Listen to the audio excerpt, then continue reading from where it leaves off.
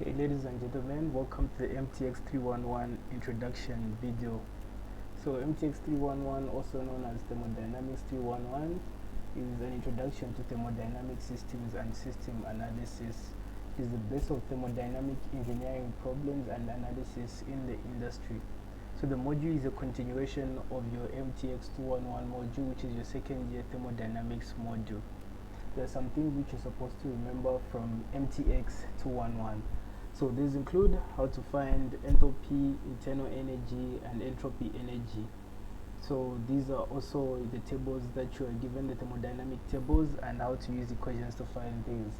Then you also have to know how to find work and heat in processes. You also have to remember the mass and conservation energy laws. It is also important that you remember the PVT relations of polypeptic processes. These were the equations for the different cycles. Then you also have to remember the phase diagrams, which are the temperature entropy diagrams, and also the pressure volume diagrams.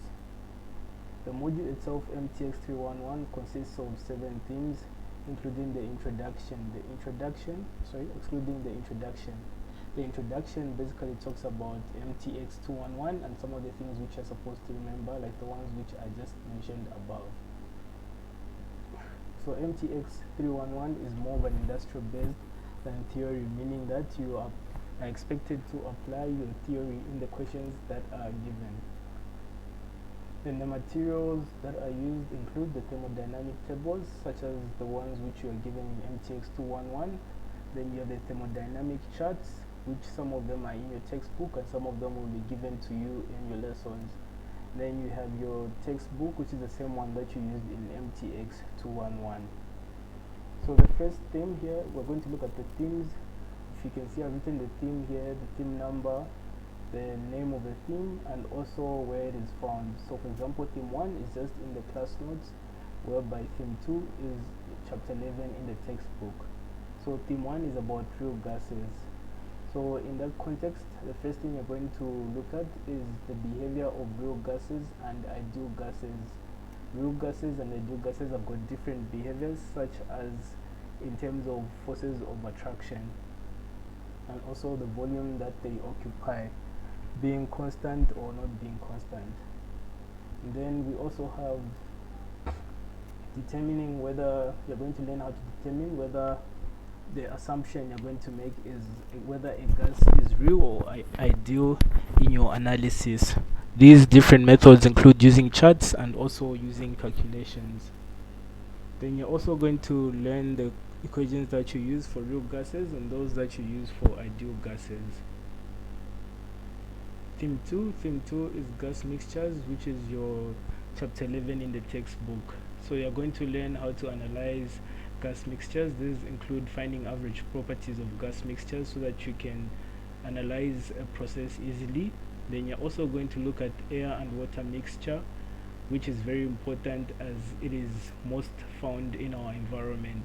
You're going to learn the equations that you use and the chart that you also use to find the air and water mixture properties, which is known as the psychrometric chart.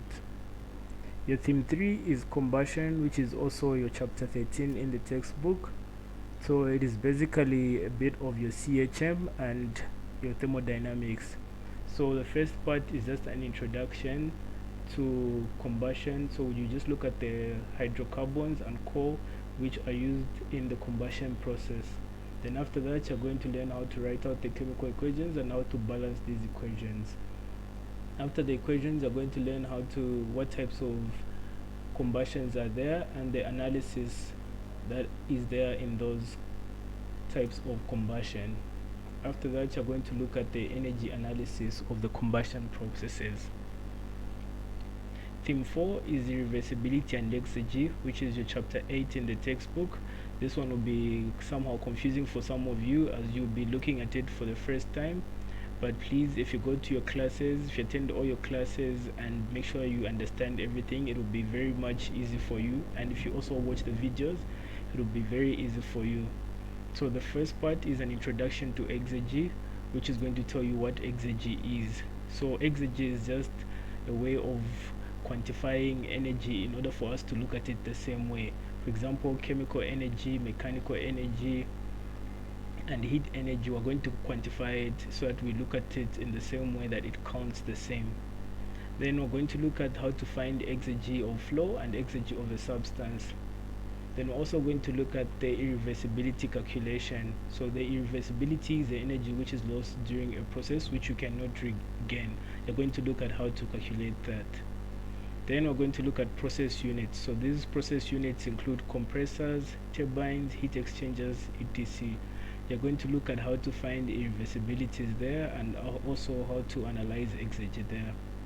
Then at the end, there's going to be heat exchanger breakdown, which is going to look at the heat exchanger in depth. That's for you to find the irreversibilities, the exergies, and how to design the heat exchanger. Theme 5, that's gas power cycle, which is also chapter 9 and 10 in your textbook. So this is a continuation from your MTX 211 as you looked at cycles. So you're going to be expected to remember the TS diagrams and your PV diagrams from these cycles. You're going to learn how to find the efficiency of the cycles and the equations used to find the efficiencies. Then you're also going to learn how to analyze reversible and irreversible cycles. You have to remember your equations from the polypeptic processes from your MTX 211. The equations are also given in the videos. You also when finding the efficiency of your cycles, yes, you're also going to do that. You're going to analyze the efficiency, and the equations are also given in the videos. Theme 6 is heat and refrigeration cycles or phase change cycles. So it's also your textbook chapter 9 and 10. So it's known as phase change cycles because you're going to be looking at a cycle where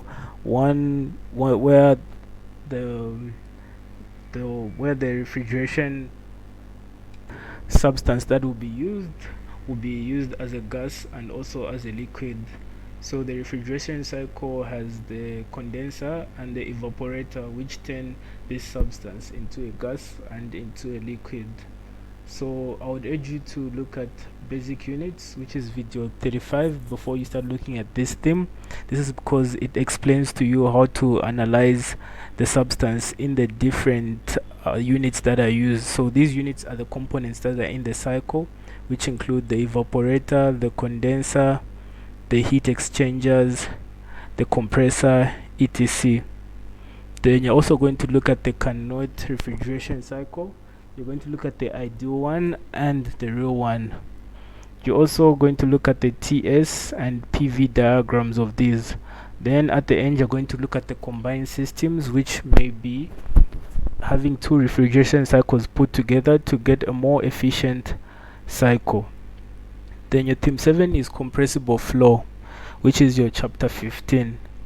So you're going to look at the types of flow, which include subsonic flow, supersonic flow, and sonic flows. So subsonic is at the speed less than the speed of sound, sonic is at the speed of sound, and supersonic it's at the speed greater than the speed of sound.